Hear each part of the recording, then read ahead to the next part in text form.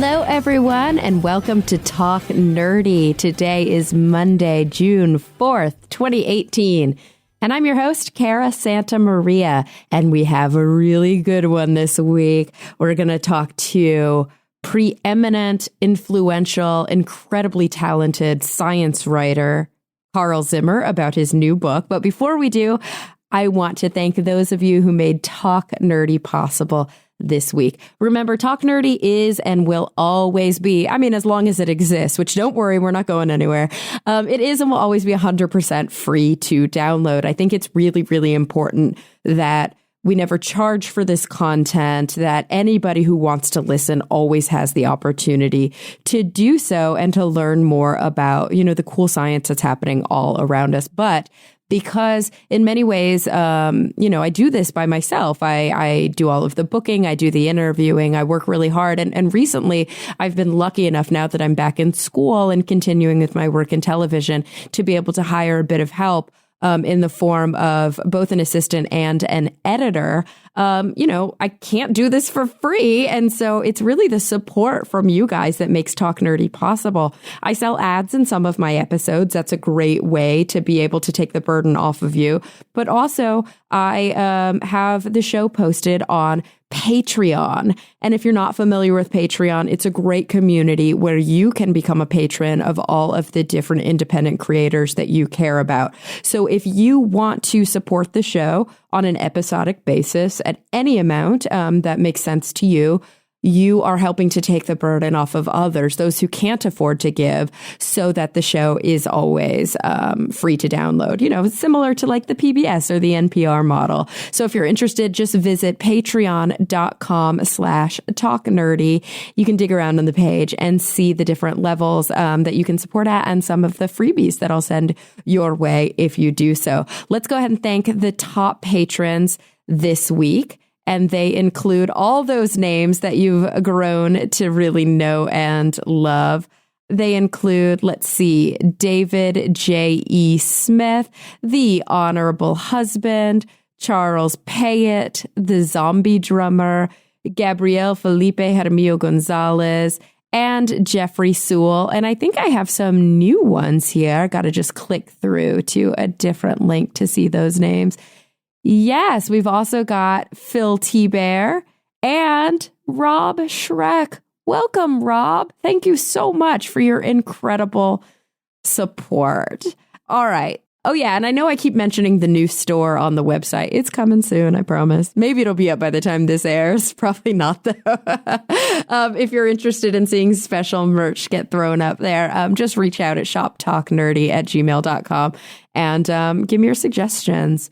All right, so without any further ado, guys, his name is Carl Zimmer. You have read his writing. You may not know that you've read his writing, but you have absolutely read his writing. He has a regular column at the New York Times. It's called Matter, and he writes incredible stories there. He's also written for almost every outlet you can think of. Just every place that you've read any science writing, Carl has written there. He's an adjunct at Yale University teaching science writing, and you've probably also heard his voice on Radiolab because he is a regular contributor, somebody who's interviewed there quite often. He's won countless awards for his work, and he has written 13 different books about science. Science Inc., of course, I love because it's all about cool science tattoos, Parasite Rex, Brain Cuttings, The Planet of Viruses, so many incredible books. But this week, we're going to talk about his brand new book. It's called She Has Her Mother's Laugh, The Powers, Perversions, and Potential of Heredity. So without any further ado, here he is, Carl Zimmer. Well, Carl, thank you so much for joining me today. My pleasure. Thanks for having me. Of course. So I'm really excited to talk about your new book. It is called She Has Her Mother's Laugh, The Powers, Perversions, and Potential of Heredity. So I think probably the first question we should ask right at the beginning is, what is heredity? What's the difference between the word heredity and hereditary? Because I think that people get those mixed up quite a lot. Yeah, and understandably so, because, the word heredity has a long, fascinating history. I talk about this towards the beginning of the book. I mean, it actually starts out in the Roman Empire, hereditas, which was really the transfer of rights from someone who died to someone who inherits them, and the heir. And that was the way that people talked about heredity for a long time. But then in the 1700s and 1800s, there was a kind of an interesting shift where people started to say, like, well, are there things that we inherit from our parents, invisible biological things that could explain why some things seem to be carried down through the generations? And so then heredity took on this sort of biological meaning. And that, in the search of answers to that question of what is heredity, genetics was born in the early 1900s. And of course, we now know through all of those studies from Gregor Mendel. I mean, this was like Darwin didn't even really understand how heredity worked at the time, but like we now know about genes, but we also, I think, are becoming more confident that genes aren't the entire picture. Isn't that right? Sure. And if you look at the first generation of geneticists, it's really astonishing how eager they were to claim that everything had been worked out. And some geneticists would say, oh, there is a gene for feeble-mindedness, or there's a gene for shipbuilding, or whatever. It was kind of ridiculous in hindsight. It's the modern phrenology, really. It was. But just by studying fruit flies, a biologist like Thomas Morgan could show that, well, actually, for any one trait, there are lots of genes involved, and any one gene can potentially be involved in lots of different traits. So it's more complicated than one gene, one trait. And that's a good place to start if you're learning about genetics in high school, but you got to really move beyond that, even just to look at genes in terms of heredity. We can talk about whether there are other kinds of heredity as well. Like some things that are happening culturally and environmentally. And even before we get to that, I mean, I think probably the hot topic that a lot of people like to bring up is epigenetics, which we'll get to, but we're not even really talking about that kind of new fancy science. We're really just talking about the gene and environment interaction, which is way more complicated than, you're right, your high school genetics textbook would kind of lead you to believe. Yeah, and just to give one example, I got my genome sequenced while I was working on the book, and I would go visit scientists with this external hard drive, and they would poke around, and we would find some interesting things. So one interesting thing I found is that I have a mutation in both copies of a gene called FTO. It's a pretty common mutation. I inherited from my parents on both sides. Mm-hmm. And that mutation makes people, on average, slightly heavier, a few pounds heavier. And it has to do with how you take calories from your food and turn them into heat or into fat. But actually, if you look at people who were born, say, in the 1940s or earlier, my mutation doesn't have that effect on them. And the reason scientists believe is that the environment has changed. In this case, it's our dietary environment. We are living in a world that's just awash in calories and carbohydrates and sugar and corn syrup and so on. And when you're putting all that stuff into your body, sort of on average, that leads to people putting on more weight, being at a somewhat higher risk of obesity and so on. But the diet that people had earlier in mid to early 20th century just didn't have all those extra calories. And in that environment, this FTO mutation just didn't have that same effect. Oh, interesting. I wonder if this is the same. I did my 23andMe quite a while ago, and 23andMe, of course, unless you want to take your raw data and use another program like Prometheus, it only gives you a handful of kind of what the law has allowed them to tell you, a handful of little things here and there about both health and just kind of like interesting to know factoids. And one of mine is that some genetic mutation, I don't even know which gene, if you have it, or maybe it's not even a mutation, but if you have it in this certain way, you will have more of a, quote, athletic body type. I remember it telling me that I should have more of a, quote, athletic body type. And I was like, yeah, right. That didn't happen. That's not me. I got a result like that from one of these services. And I think the way they put it was, I think they said, your muscles are built for power. And I thought, anybody who's seen me try to hike a mountain knows that that is not true. Yeah, right. So it is kind of funny how, a lot of this comes into how these things are interpreted, how much data already exists on that particular gene. Has it been studied, redundantly by multiple scientists? What do they know about it? And of course, 23andMe and different databases like this, not to belittle them, I think they're fascinating. And I actually think that kind of this modern genomic research that brings power to the people is a really interesting and important concept. But their database is limited, isn't it? Oh, yeah, absolutely. I mean, it's limited just in terms of, the scientific literature that they can look at. And it's limited in terms of the kind of, diversity of people they're looking at. So, genes can have different effects in people of different ancestry. So when you have these databases, they're really very biased towards, people of European descent. They're not going to be having as much power as they potentially could if they really represented, our whole species. And of course, that brings me, I think, to a part of the conversation that's super important, a part of the conversation that you actually get into in your book, which is lots of authors, I think, have been kind of worried or afraid of going there because of the potential political ramifications of doing so. And that is the conversation around the basically early genetic movement in the biological sciences, which was basically synonymous in many ways with eugenics. So I remember seeing this really haunting image of a journal. I can't remember which one. Maybe it was like the Annals of Human Genetics Research or something like that.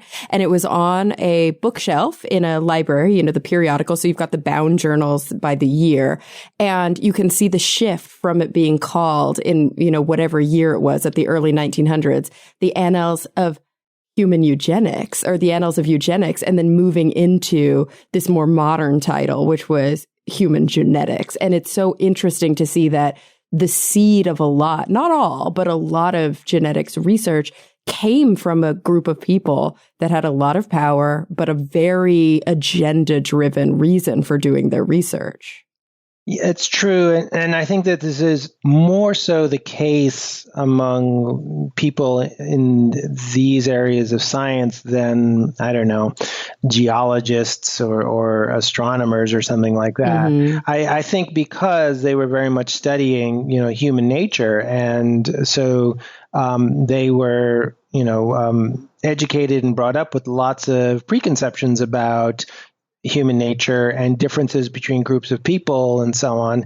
And so that they sort of carry that over into the language of genetics. And then to say people would claim that blacks were genetically inferior. Now they could use the word genetically to justify a racism that had existed for centuries beforehand, might have been expressed in biblical terms, that, Africans inherit the curse of Ham. That's how, a church minister in the American South in the antebellum years would have said it.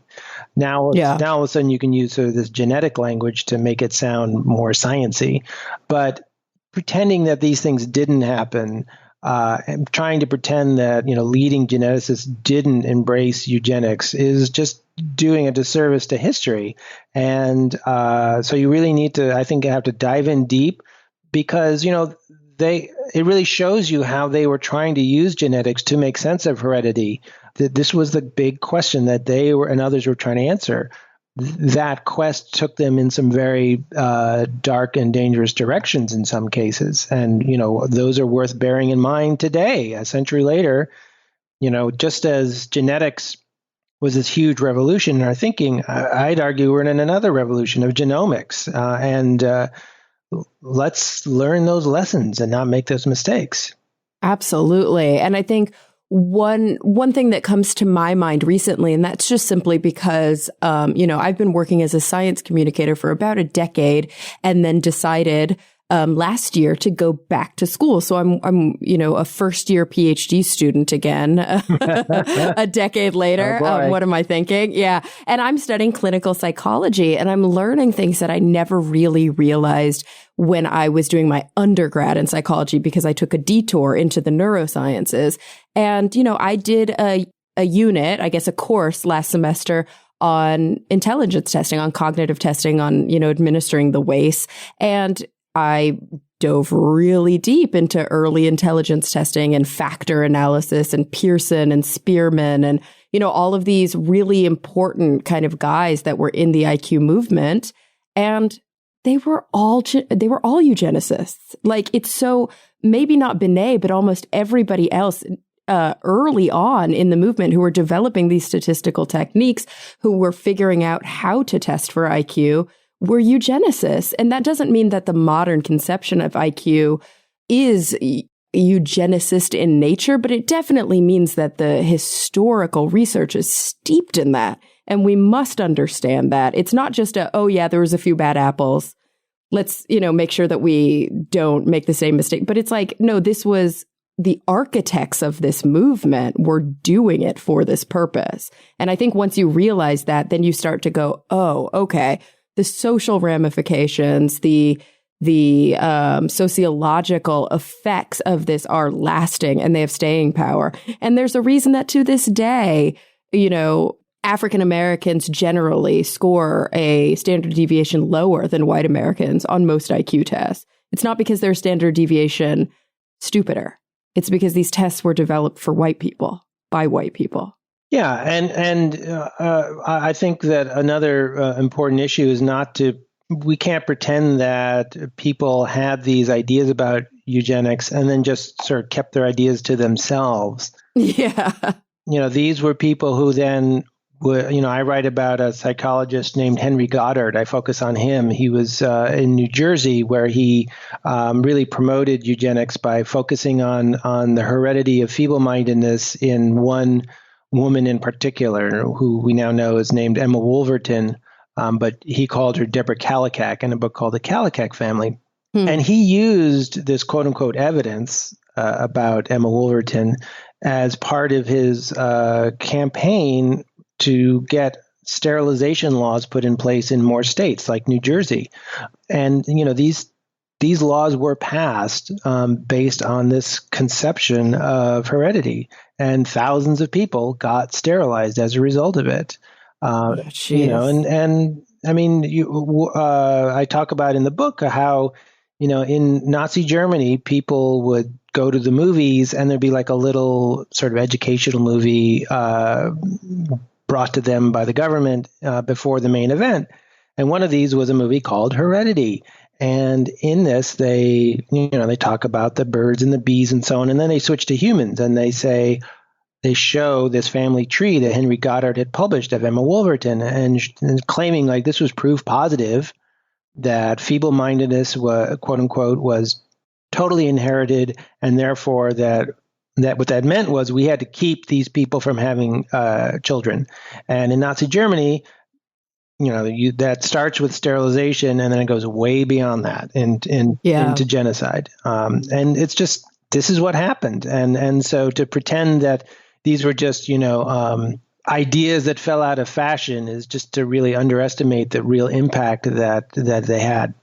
And as a science writer, a preeminent science writer who has covered so many topics over the course of your career, I'm interested in your take, and maybe I'm venturing a bit here into ethics and morality, but your take on this discussion that you often hear that science is, non-moral, science is non-ethical, doing science for the sake of science and investigating things shouldn't have a moral dimension. We'll leave that up to the ethicists, or scientists should not talk politics. They should just do their work in their lab. I've always been really haunted by that viewpoint. And obviously, this is something that you've written about before. Do you think that it's important that every experiment be done with a sort of moral valence, a moral viewpoint. Well, I think that might be kind of difficult, to say like, okay, we're doing this, we're going to do this study on this particular molecule, in white blood cells, and we have to have a whole big ethical framework for it, But I do think that, more broadly, I do think that scientists, need to recognize that they are doing their science in a moral framework. When a scientist writes a grant app, the application is saying, why should we give you money to do this? In other words, why is this valuable? What is the value here? And then they say like, oh, well, we will learn new things. And, maybe that's because knowledge itself is valuable, or that knowledge could then lead to better treatment. So, giving people better health, that's valuable too. The eugenicists would say, we're going to make society better. We're doing a good thing here because we're going to plan out, we're not going to let society just depend on sort of random reproduction. we're going to plan this out based on science. So in all those cases, you have people who have values sort of baked into the science that they're doing, the science that they choose to do and why they're doing it.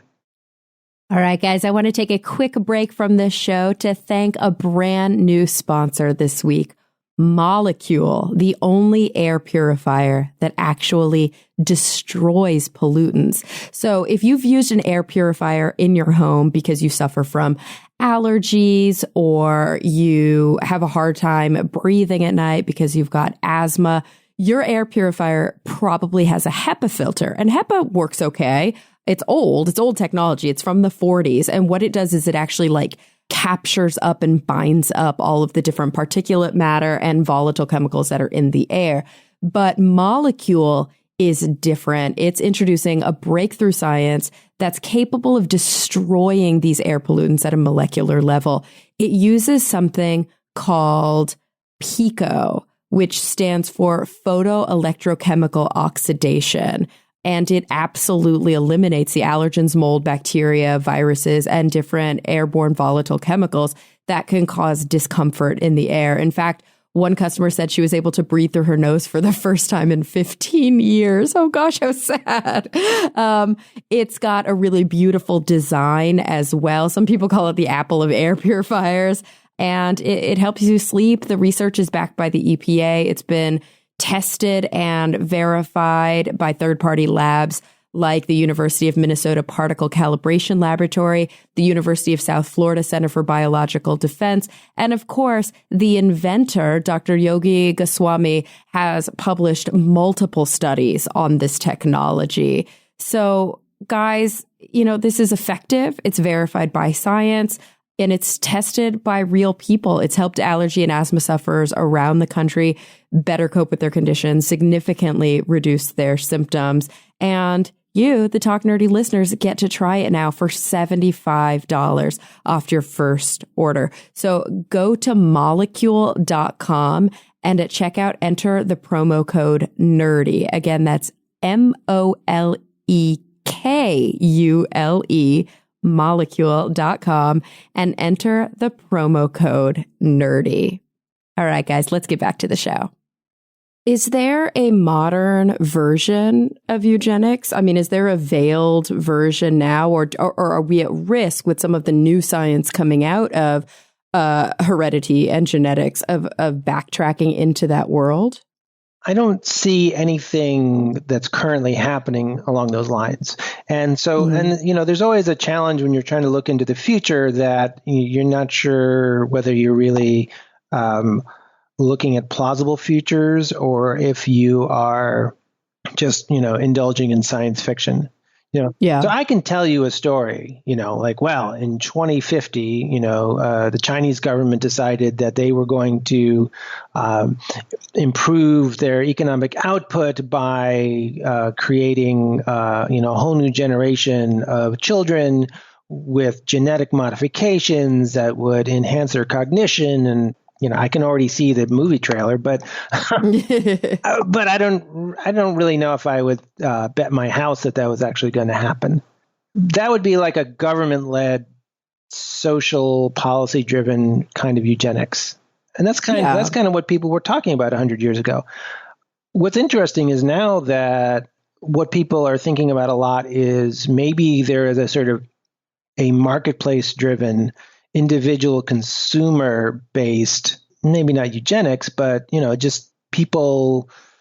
Maybe people will want to pay money for their own children to be altered, and I do think that we are that possibility is like very close because you just need to look at, first of all, the science that's already in place, and second of all, what are people doing? So if there are people now who have, say, something like Huntington's disease, and so there's a gene, they carry a defective copy of a gene that causes them to have this disease, and they want to have children, and they don't want their children to have this disease. So they do in vitro fertilization, and then they use genetic testing to basically determine which embryos carry that mutation and which don't. And then they only use the ones that don't. Mm-hmm. So maybe they're not directly modifying the DNA, but they're making a choice that really does have a huge impact on the child that is born out of that. If that's not eugenics, it's close to it. But I don't see a lot of people objecting to that because it's a very intimate, personal thing having to do with a fatal disease. Yeah, it seems like there are two things at play here. There's the dimensionality. Is this about preventing pain and suffering, or is this about improving somebody's kind of chances in life and giving them an edge up? And then on the flip side of that, is somebody else trying to kind of force this upon the family, or is it the family's decision? And yeah, this example that you give happens to fall on kind of the safe part of the grid, right? Like the part where it's the family's choice and they're just trying to prevent suffering. And you see it too with, a mom might get pregnant and she has, after testing, she realizes that her fetus will have Down syndrome. And then she has a choice early on in the pregnancy, a choice that nature might make for her, or a choice that she may choose to make medically. Right. I mean, if we start saying like, well, these things are unnatural, then that kind of critique could apply to all sorts of kind of interventions that we do all the time. It's actually a fallacy, right? The appeal to nature fallacy. Like, just because something's natural does not imply that it is good, and or vice versa. Right. And our conception, I mean, I don't mean to be relativistic about this, but the fact is that our feelings about what is good and what is not change with time and with exposure to things. And, vaccines, for example, like when they were introduced in Boston, there were riots in the, I believe it was the 1700s. And then, for the most part, vaccines came to be very much accepted. Now we're having this shift in some communities to hostility again about them, that they're not good. When I was talking about CRISPR with scientists, I had a very interesting conversation with a Nobel laureate, Craig Mello at the University of Massachusetts. And he's getting into CRISPR research and CRISPR pharmaceutical-based, medical treatments. And he said, I bet you that in 50 years, we're going to look at CRISPR like vaccination. Why wouldn't you do this? How could you not give your child these kinds of benefits that we can give? Yeah, interesting. It's a provocative way of thinking about it. But so much of that has to do with democratization, right? So much of it has to do with, is it available to everybody? Can people who are impoverished or people who don't have the means still have access to these tools? Because it does seem that a lot of the moral framework around it comes from the fact that some people can do it, and some people, and who those people are, is societally influenced. Some people can't, right? That's where the kind of real sort of eugenics, the dirtiness of eugenics seems to come into play. It does, in a certain context. I mean, so in the United States, we have healthcare that is largely driven in terms of access by how much money you have. And so, we could definitely be concerned like, oh, if CRISPR, gene editing could provide big benefits to people in the future, and we can debate that too. If it does give these big benefits, then it's only going to go to the people who can afford to do it. Okay. Yeah. Well, yeah, that's true. If the only way to do it is you have to go to a private company and pay them $50,000, but that has more to do with the health system in a country than the technology. You could just as easily imagine, let's say, Sweden.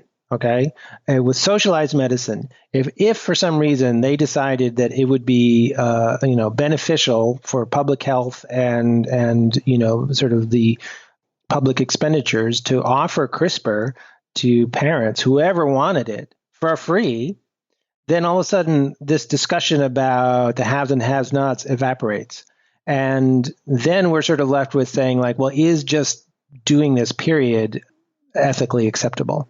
That's true. And that's like a more kind of core fundamental question. Just like, I mean, I love the vaccine analogy that you brought up, because of course there's still people to this day who don't have access to vaccines, but vaccines are significantly cheaper than they used to be. And there are, massive kind of nonprofits and big pushes towards bringing these vaccines. Polio virus, I think, is a perfect example, where it's almost completely eradicated for many reasons. It's the type of thing that we can eradicate. A lot of other things we can't. But we're at a place now because of the pushes that we've seen, we may be polio free here within the next decade or so, which is just incredible. And maybe you're right. Maybe we'll be at a place where they're nary again as a case of Huntington's or Tay-Sachs or any of these genetic diseases that people are already really wary of and already working really hard to screen out because they can be so devastating for the individual and the family. Yeah, and just to sort of jump in about again with the vaccine parallel, I mean, think about it this way, that, I mean, for a long time,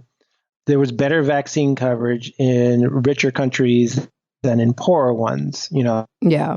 Countries like the United States eradicated smallpox, a lot sooner than in India or Ethiopia, for example. So, but the medical community did not look at that disparity and say, well, this is terrible. These vaccines are terrible. This is so unjust. So let's just not use vaccines. Yeah. We just need to sort of like build up a sort of infrastructure that can deliver these vaccines to everybody. And then everybody benefits, because once smallpox is gone, it's not going to, hopefully will not, roar back and ignore international boundaries. So when people sort of just brush away all discussion about CRISPR and heredity, I just think like, well, I just don't really think that logically it works that way. It's more complicated than that. Totally. It's just throwing the baby out with the bathwater completely, which is the worst simile. Is that a simile? No, that's a metaphor. I don't know. That's an adage. I don't know. But yeah, it's a terrible thing to do. And you're right. CRISPR is much more similar, or at least the outcome of CRISPR, to a polio virus or a smallpox, one of these things that's not a spillover infection, right? One of these things where once it's gone, it's gone. It's gone. And CRISPR would work similarly to that, because we're talking about genes that are carried by people. So once those genes or the mutations just don't exist anymore, they're gone until somebody has another natural mutation again to produce them, which is, I don't know. It's fascinating. So let's talk about CRISPR for a minute, because Sure. I think most of the people listening to Talk Nerdy know about CRISPR. We've talked about it a lot on the show, but you are just like such a good science writer, science communicator. You bring such clarity to these sometimes really complicated issues. So maybe you can just take a moment to describe what CRISPR is and what its real potential could be. Sure. So CRISPR is basically a gene editing technology. So what you can do is you can basically design a probe, a little molecular probe, that is going to be able to zoom around an entire genome inside a cell and home in on just one particular sequence of DNA.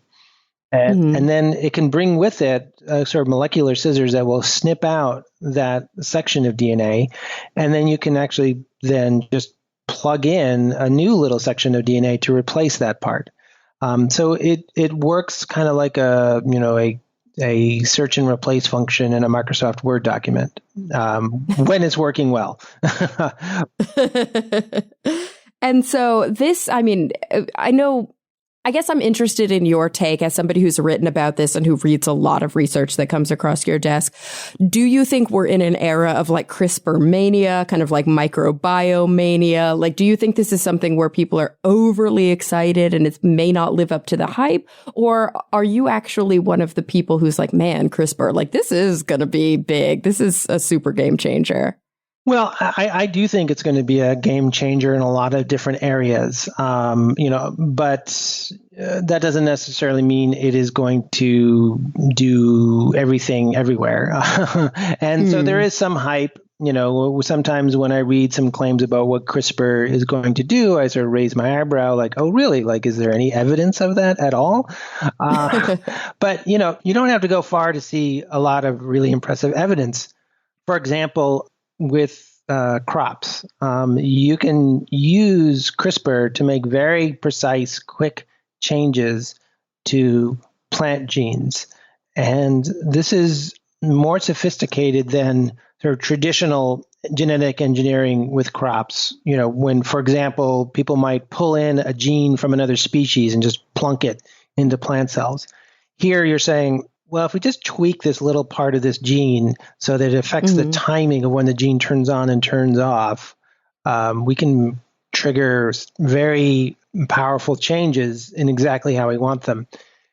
And so I've talked to scientists and visited them in their greenhouses where they're trying to basically turn wild plants into domesticated crops in one shot, basically in one generation. They think they can do it, basically by combining a bunch of different CRISPR changes to these wild plants, and doing it on a rational basis, saying like, well, I need this plant to grow fruit and hold on to it longer. I need the fruit to be bigger. I need the fruit to be able to be collected by machinery. Well, there's a CRISPR for that. Yeah. And it's something that we've been doing, for thousands of years through, like you said, traditional domestication, traditional breeding. And of course, because ever the person who's interested in ethics, there are things in the way. There are governments and powers that be that don't like the idea of genetic modification at all. And so, unfortunately, a lot of these scientists have to do the CRISPR work in the lab and then go back out and traditionally backward breed them to get them where they need to be just to get over that hurdle. Which is annoying and it's a frustrating step, but they've at least figured out how to hack the system and use GMO for research, but then still give a traditionally bred crop for commercialization. But in countries where it's legal, like the US, to do genetic modification, gosh, like what an important step for so many reasons, for resistance to climate change, resistance to drought, resistance to lowland flooding, like all of these different, improved nutritional content. Like there's all these potentials using CRISPR just in our food supply. Yeah, and it moves fast. That's the other key thing is that before it was such a long, laborious process to alter genes, whether in plants or say in a lab mouse, you wanted to create a strain of mice to study a disease. Some poor grad student would have to spend a year or more just to see if their modifications actually worked. And if they didn't, they have to go back to scratch.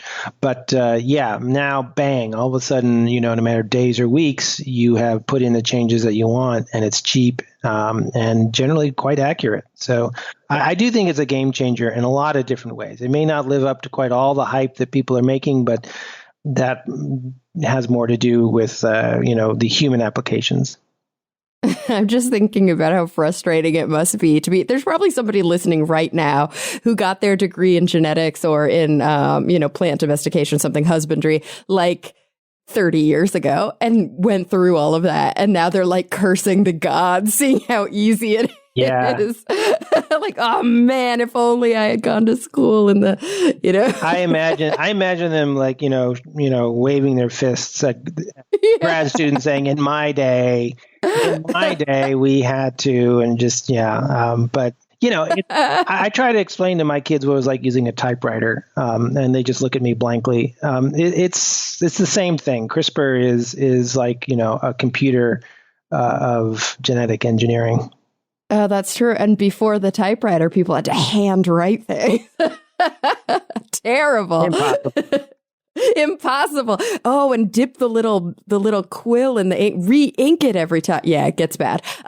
So, okay, we mentioned, because we're going to have to jump off soon, and there's so many things that we could potentially talk about, but we did kind of mention the word epigenetics. I think we'd be remiss if we didn't come back to it. Do you think that this, obviously, it's a real area of research, but in lots of at least science writing and reporting, it has sort of a buzzword nature to it. Do you think epigenetics is living up to its hype? Because this is something we've known about now for quite a while, and it's something that has always had this kind of mystical, this magical connotation to it.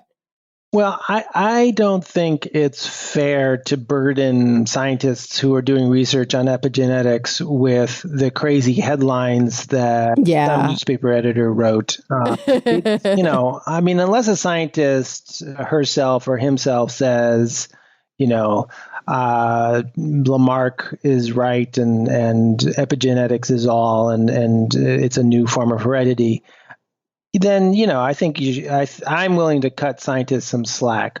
But I do think that for reasons I'm still not entirely clear about, epigenetics really has grabbed hold of the popular imagination. You can take classes in epigenetic yoga. I'm not kidding. Oh, no. I'll let you Google it on your own, but yes. Hello, pseudoscience. Yeah. And so it's just not, but the fact is that epigenetics is a really incredibly important and fascinating area of research. The problem is that with the challenge, I should say, is that it's hard to explore the ways that cells turn their genes on and off and really come to really solid, definitive conclusions about how it all works. Even simple questions about cause and effect can be surprisingly hard to pin down when you do research in epigenetics. And part of the problem may be that the studies up till now have been very small, and that epigenetics researchers just have to step up their game, and they need to, instead of studying 10 mice, study 1,000 mice, to really get strong statistical results. So before we dive into these kind of final few moments, maybe we should take just a minute to break down, what epigenetics is and where some of that mismatch comes in between what's happening in the lab and what's kind of reported by maybe some of the more extreme headlines out there. Sure. And I should just preface this by saying that, even the word epigenetics is very contested among scientists. It's got a long, messy history. So if I start talking about epigenetics, I'm sure at least some scientists will pull their hair out. So I apologize. Yeah.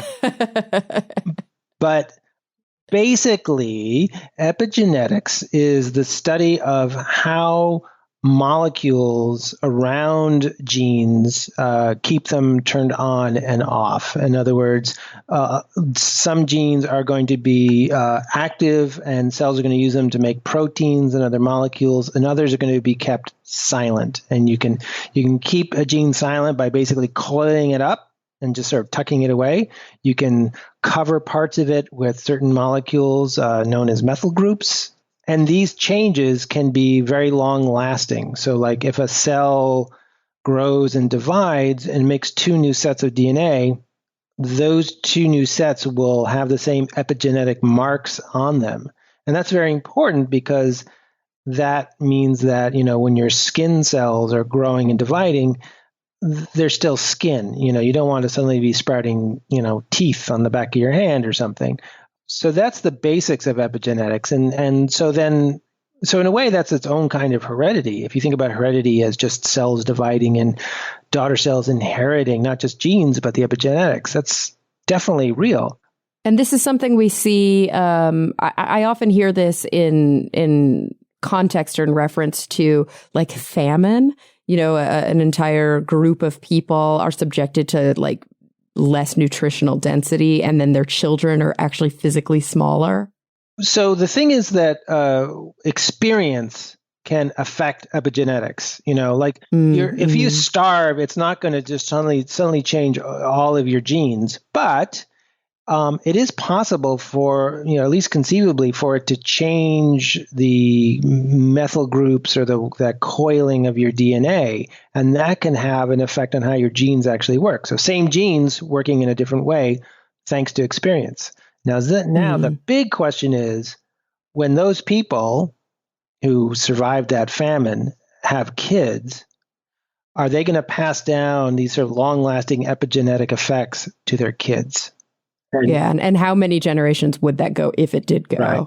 And the evidence for this is called transgenerational epigenetic inheritance, and there's really good evidence in plants. And we are not plants. Yeah, we're not plants. So, I think it's really cool. And I talk in the book about some amazing stories about plants that Linnaeus studied and was totally baffled by them because they had these weird epigenetic effects. He called them monsters. That's the name he gave them. Wow. And they're still monsters today. And it's just epigenetics carried on for over 200 years. But, when you get into animals and particularly into humans, the evidence gets a lot squishier, a lot less reliable, and there's a lot more intense debate about whether it really means anything. But that's what we care about most. So we're in this funny situation. Yeah.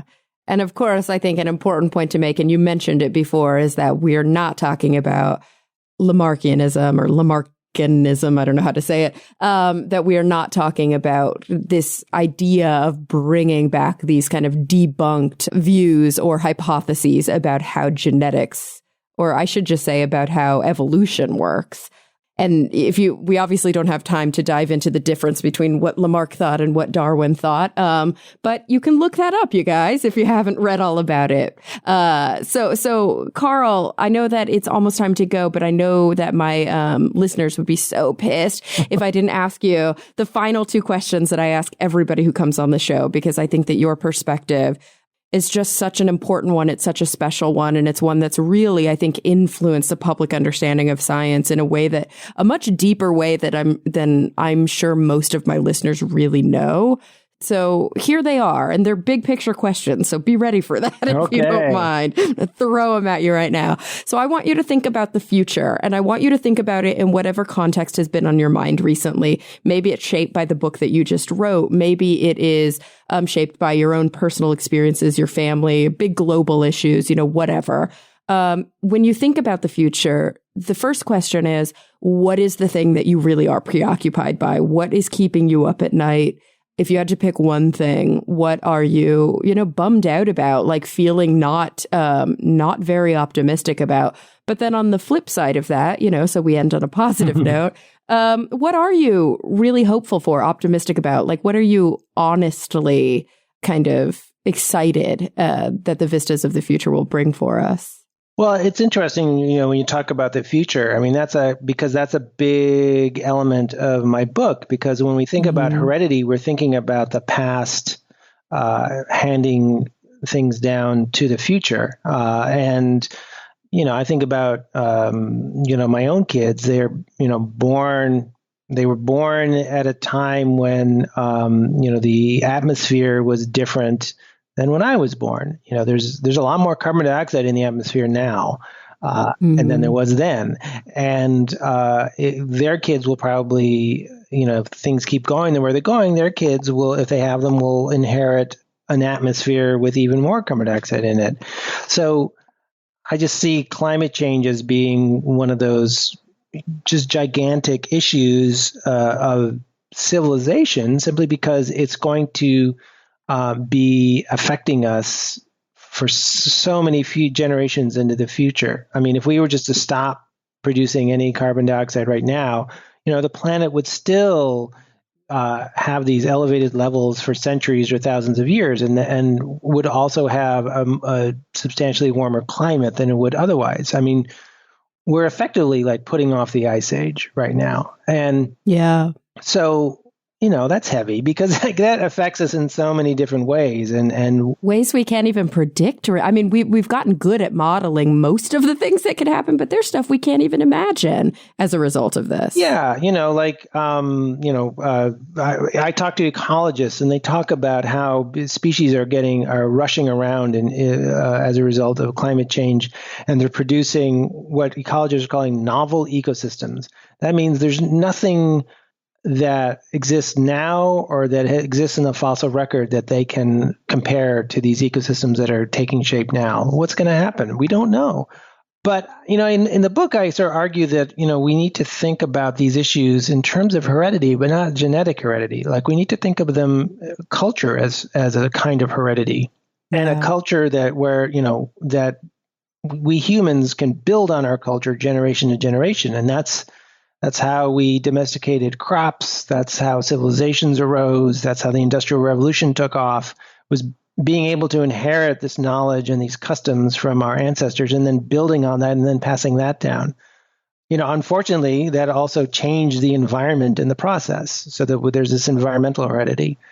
But if climate change is ultimately an issue of cultural heredity, we can change culture. I'd argue that we have a better shot at changing culture than we do of, rewriting the genes of everybody on Earth. So I'm all for playing around with heredity if it's cultural heredity.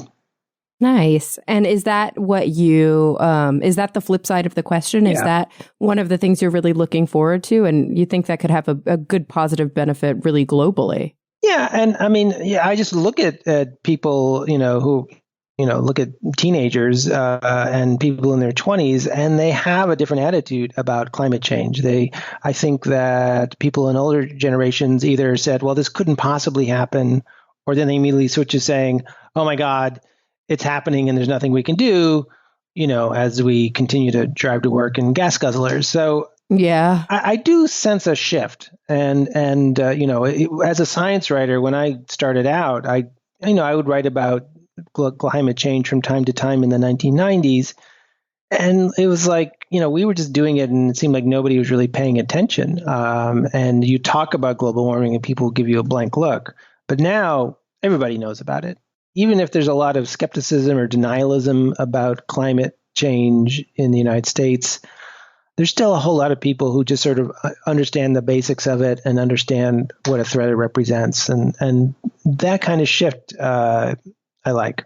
Me too. Well, Carl, oh my gosh, I have to thank you so much for joining me. Guys, the book is She Has Her Mother's Laugh, The Powers, Perversions, and Potential of Heredity. And of the airing of this episode, it is out already. I highly recommend you pick it up. Carl, this is so much fun. I wish we could have talked for like 3 more hours. I've got to thank you so much for joining me today. Thanks so much. It's been a real pleasure. Of course. And everybody listening, thank you for coming back week after week. I'm really looking forward to the next time we all get together to talk nerdy.